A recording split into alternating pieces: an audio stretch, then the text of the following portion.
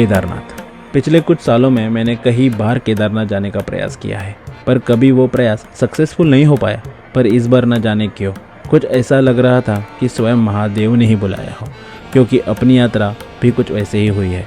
कोई प्लानिंग नहीं, कोई प्रिपरेशन नहीं, इतना कि कंफर्म टिकट भी नहीं था। पर कहते हैं ना, जिसे महादेव ने बुलाया हो उसे बाकी किसी चीज़ की ज़रूरत नहीं होती। तो बस अब यहाँ से शुरू होती है अपनी केदारनाथ डोली यात्रा। हाँ, डोली यात्रा। तो चलिए चलते हैं अपने इस सफ़र पर। तो अभी डोली यात्रा पे जाना है तो उस हिसाब से बैग भी तो भरना पड़ेगा, क्योंकि एक तो 70 किलोमीटर की यह यात्रा है, वो भी पहाड़ों में। इसका टेंशन कुछ इस कदर मेरे दिल में और दिमाग में छाया था कि मैं बार बार बैग भरता और उसे खाली भी कर देता था। और ये सिलसिला मेरे ट्रेन निकलने के 3 घंटे पहले तक चला है। अंत में आके मेरी माँ ने कुछ ऐसे कह दिया कि उसके बाद मैंने सीधा बैग उठाया और निकल पड़ा। तो फिर ऑटो में बैठ के मैं निकल गया बांद्रा टर्मिनस की तरफ। बांद्रा टर्मिनस में 1.5 घंटे पहले ही पहुंच गया था, क्योंकि दिल डरा हुआ जो था, पहली बार जो सोलो घूमने निकला था। पर ये यात्रा सोलो नहीं है, बहुत से दोस्त बनाए हैं मैंने, पर उन्हें आगे देखते हैं। फिलहाल अपनी सीट पे जाना इम्पोर्टेंट है, क्योंकि वो सीट RAC है, जिसका मतलब एक सीट पे 2 लोग। अब 29 घंटे की जर्नी ऐसे करना बहुत ही टेंशन वाली बात थी। बट मैंने जैसे कि कहा था कि महादेव ने जो बुलाया है, तो फिर क्या, महादेव ने हमें एक पूरी सीट दिला दी है इन भाइयों की वजह से।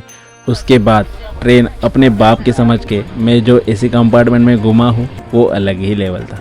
प्लेटफॉर्म और नज़ारों को एंजॉय करते हुए मैं पहुँच गया हरिद्वार। हरिद्वार का तो एक अलग ही समा है। पर हरिद्वार में मैं ज़्यादा रुका नहीं, ना ही ऋषिकेश में। हमें जाना जो था आगे पहाड़ों में, तो हम सीधा निकल गए पहाड़ों की ओर, क्योंकि हमें जाना था ऊखीमठ। ऊखीमठ पहुंचने के लिए हमें सीधी बस तो नहीं मिल पाई, पर हमने रुद्रप्रयाग तक एक बस मिल गई थी, जिससे हम रुद्रप्रयाग पहुंच गए। रुद्रप्रयाग से एक वैन में हम पहुंच गए ऊखीमठ। पर ऊखीमठ पहुंचते वक्त रुद्रप्रयाग से जो नज़ारे थे वो देखने लायक थे। ऐसे लग रहा था किसी जन्नत में जा रहे हैं।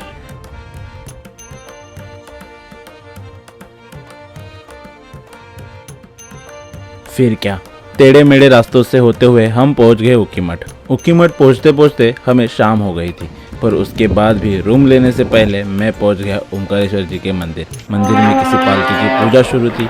पहले तो मुझे वो बाबा केदार की ही पालकी लगी, पर बाद में पता चला कि वो डोली हरिद्वार से आई हुई है। फिर हमने एक रूम ले लिया, मैंने और इन भाई ने। इनका नाम है राज, ये वेस्ट बंगाल से है। फिर हम दोनों फ्रेश होकर चले गए मंदिर, क्योंकि वहाँ चल रहा था कल की डोली यात्रा के पहले शुरू होने वाले काल भैरव की पूजा।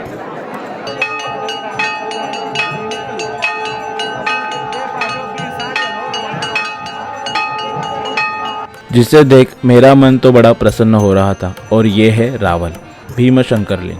ये है केदारनाथ के पुजारी।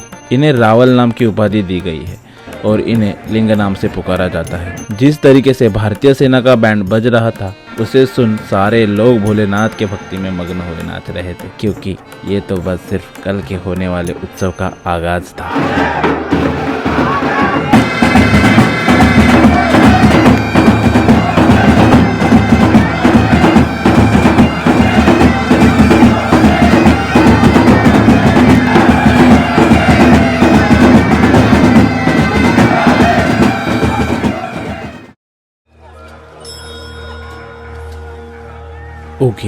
ऊखीमठ इतना सुंदर है कि क्या ही बताऊं। पर इस सुंदर गांव के पीछे एक बहुत ही मस्त कहानी है।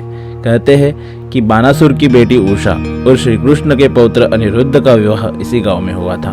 और उषा के नाम से ही इस गांव का नाम पहले उषा मठ, फिर बदलते समय के साथ इसका नाम ऊखीमठ हो गया।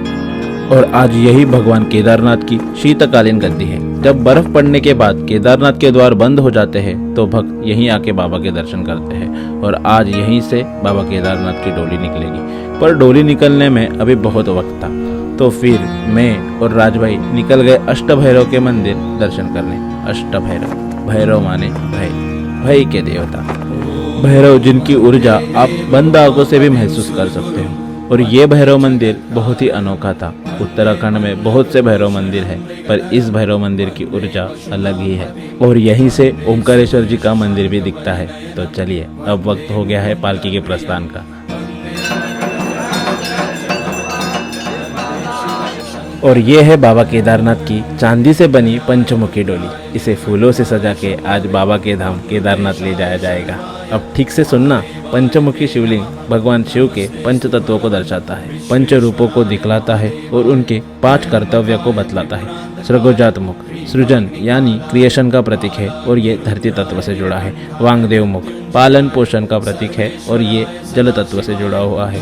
अघोर मुख परिवर्तन का प्रतीक है और ये अग्नि तत्व से जुड़ा हुआ है। और तत्पुरुष मुख ये ज्ञान का प्रतीक है और ये वायु तत्व से जुड़ा हुआ है।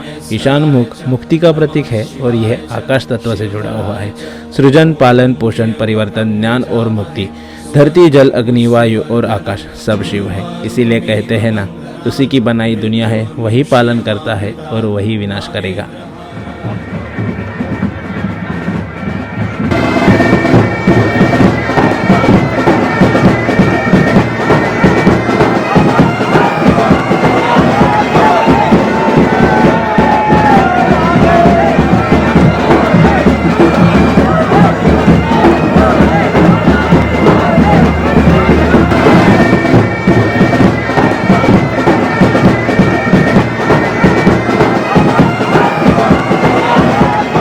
और आज हर हर महादेव के हुल्लारे पूरे केदार खंड में गूंज रहे हैं। लगता है भगवान शिव खुद इस यात्रा में सम्मिलित हुए हैं। अब डोली यात्रा गुप्त काशी के लिए प्रस्थान कर रही है। मैं अपनी बैग लेकर रूम से निकल ही रहा था कि मुझे ये भाई मिले। इनका नाम है नविश और ये मुझे बैग रखने के लिए इनके साथ ले गए। पर मुझे नहीं पता था कि मैं अब जिनसे मिलने वाला हूँ उनके साथ मेरी इतनी अच्छी दोस्ती हो जाएगी कि जब भी बाबा केदारनाथ की याद आएगी तो मैं इनको कितना ही मिस करूँगा। इन्होंने एक कार की थी जिसमें हम सब बैग रखने वाले थे, जो कि हमें सीधे गुप्त काशी में मिलेगी। और बस यही एक बहाना था हमारे मिलने का, और बस यहीं से शुरू होती है जो कि मैं सोलो करने निकला था, बस अब उसे एक ग्रुप की तरह करने वाला था। चलो चलते हैं फिर से डोली यात्रा में। मेरे मन में एक सवाल है और आपके भी मन में होगा कि डोली यात्रा कब से और क्यों चल रही है। तो बोलते हैं कि जितना पुराना केदारनाथ धाम है उतनी ही पुरानी ये प्रथा है। पर पहले चांदी की डोली नहीं थी, तब सिर्फ भोग मूर्ति को ही चुन्नीनुमा ढांचे में रखकर केदारनाथ धाम ले जाया जाता था। पर 1964 में बिरला परिवार द्वारा भेंट में दी गई चांदी की डोली से पंचमुखी मूर्ति को डोली में बिठा के केदारनाथ धाम ले जाया जाता है और तब से ही इस यात्रा को भव्य ऐसा स्वरूप मिला है और इसे डोली यात्रा भी बोला जाता है। इस डोली यात्रा में चलने के लिए सिर्फ स्थानीय निवासी नहीं तो दूर दूर से पूरे देश के कोने कोने से लोग आए हैं। और आज डोली इन पहाड़ों के छोटे छोटे गांवों से होते हुए गुप्त काशी के विश्वनाथ मंदिर में विश्राम करेगी, जहां पे भक्त आके बाबा के दर्शन कर सकते हैं।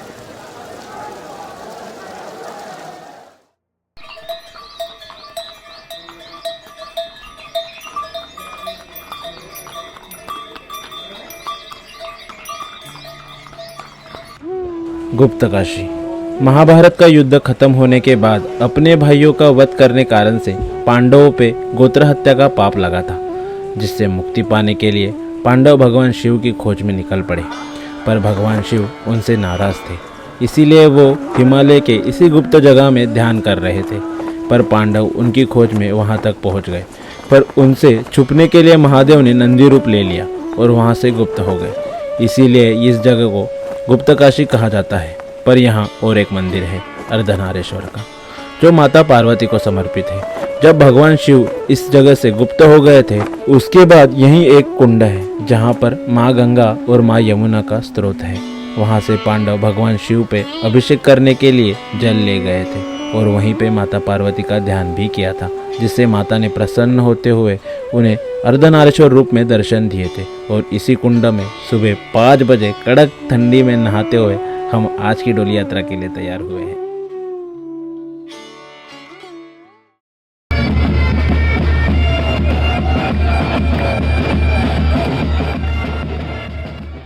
और अब वक्त हो गया है डोली के प्रस्थान का। भारतीय सेना का मधुर बैंड बज रहा है और आज भोलेनाथ के भक्तों का मानो सैलाब भी आया हो। आज गुप्त काशी में बहुत भीड़ है और आज डोली गुप्त काशी के विश्वनाथ मंदिर से फाटा जाएगी, जहां वो एक घर में ही विश्राम करेगी।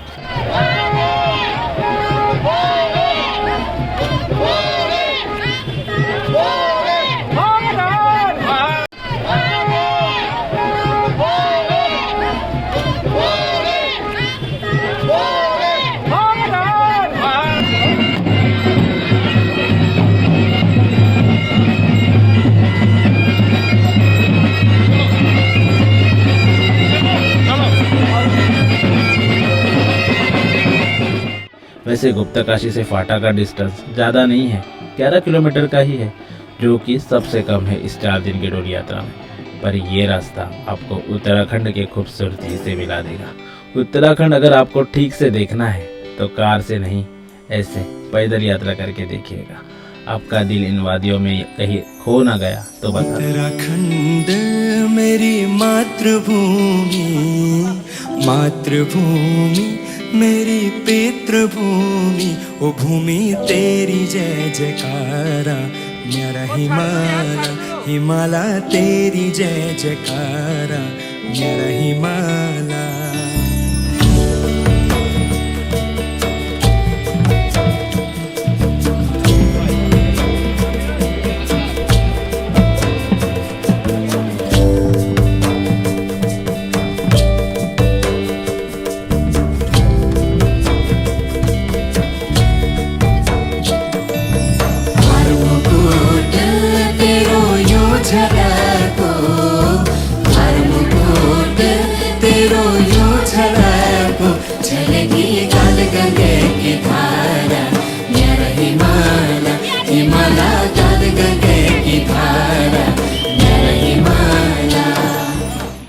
इतने दुर्गम पहाड़ी रास्ते और उन्हीं में से होते हुए आज डोली फाटा पहुंचाएगी।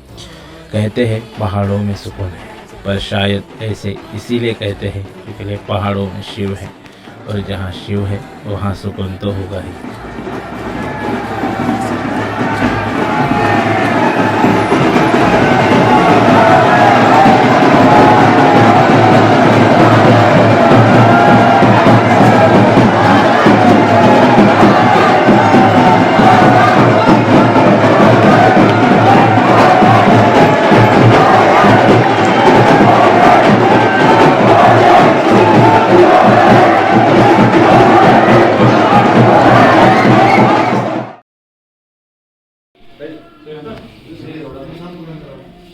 फाटा की सुबह कुछ इस तरह से हुई बाबा के दर्शन के साथ, क्योंकि हमारी रूम तो बाबा के विश्राम स्थान के बाजू में ही थी। सुबह उठने के बाद पहले हम बाबा के दर्शन करने चलेंगे, और आज हम जाएंगे यहाँ से गौरीकुंड।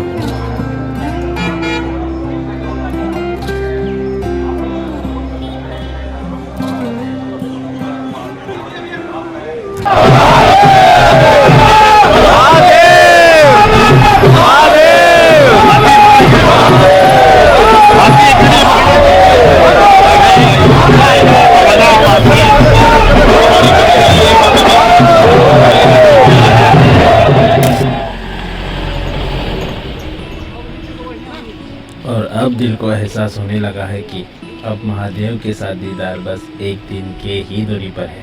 परसों हम केदारनाथ में होंगे केदार बाबा के साथ। आज डोली का तीसरा दिन है, मानो थकान गायब सी हो गई है।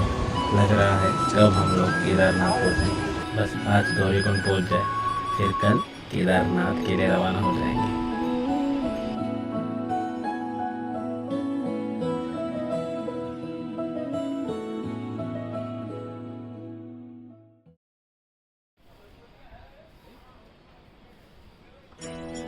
आज हमारा लास्ट दिन है यात्रा का।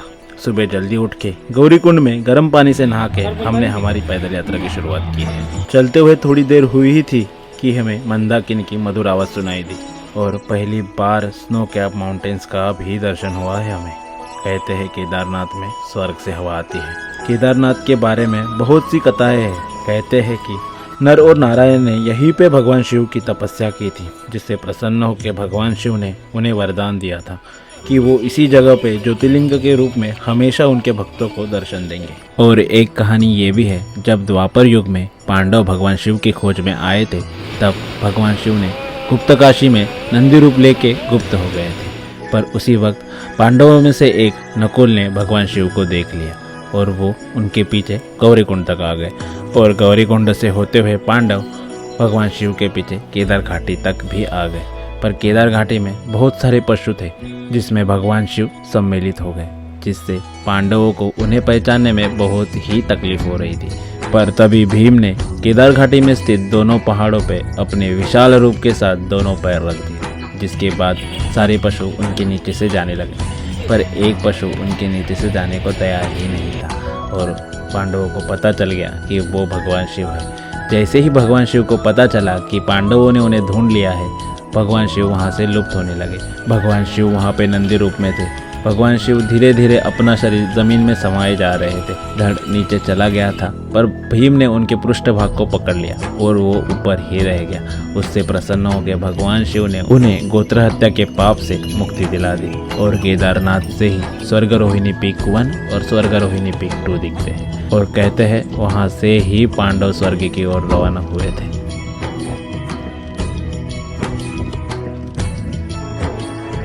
तो पूरे 7 घंटे पैदल यात्रा करने के बाद हम आ पहुंचे हैं केदारनाथ। एक अधूरा सपना पूरा होते हुए दिख रहा था।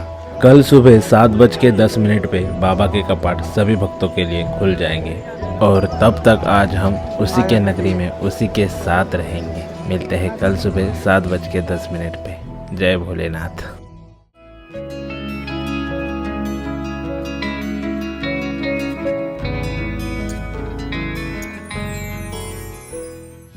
रुद्र शिव पुरंदरा भद्र नट युगंधरा नमन नमन गौरीनाथ सर्व अज केदारनाथ भोलेनाथ नमन तुझे केदारनाथ नमन गौरीनाथ सर्व अज केदारनाथ भोलेनाथ नमन तुझे केदारनाथ। तू शून्य से भी सूक्ष्म, तू आकाश से अनंत है। मर्म पूरी सृष्टि का तू आदि है, तू अंत है। भोलेनाथ नमन तुझे केदारनाथ नमन नमन गौरीनाथ सर्व अज केदारनाथ। चलो अब अलविदा बोलने का वक्त हो गया है। जीवन में वो प्रेम ही क्या जो शिव से ना हो। दिल यहाँ से जाने के लिए मान ही नहीं रहा है, पर जाना होगा क्योंकि फिर से लौट के जो आना है अगले साल। कुछ प्रेम कहानियों में दूरियां ज़रूरी होती है। भोलेनाथ फिर ले आना, राह देख रहा है आपका दीवाना। चलिए, जय भोलेनाथ।